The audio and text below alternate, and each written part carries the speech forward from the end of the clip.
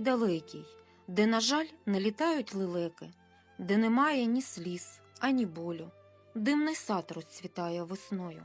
На деревах між тих білих квітів черевички новенькі для діток, різнобарвні, яскраві, красиві, та не взули їх і не носили.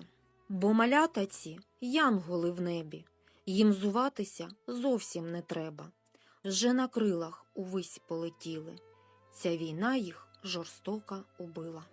В Україні 4 червня вшановують пам'ять дітей, які загинули внаслідок збройної агресії Російської Федерації проти України. Кожна дитина, що загинула, була сповнена надій, мрій та нескінченного потенціалу, але війна забрала в них право вирости.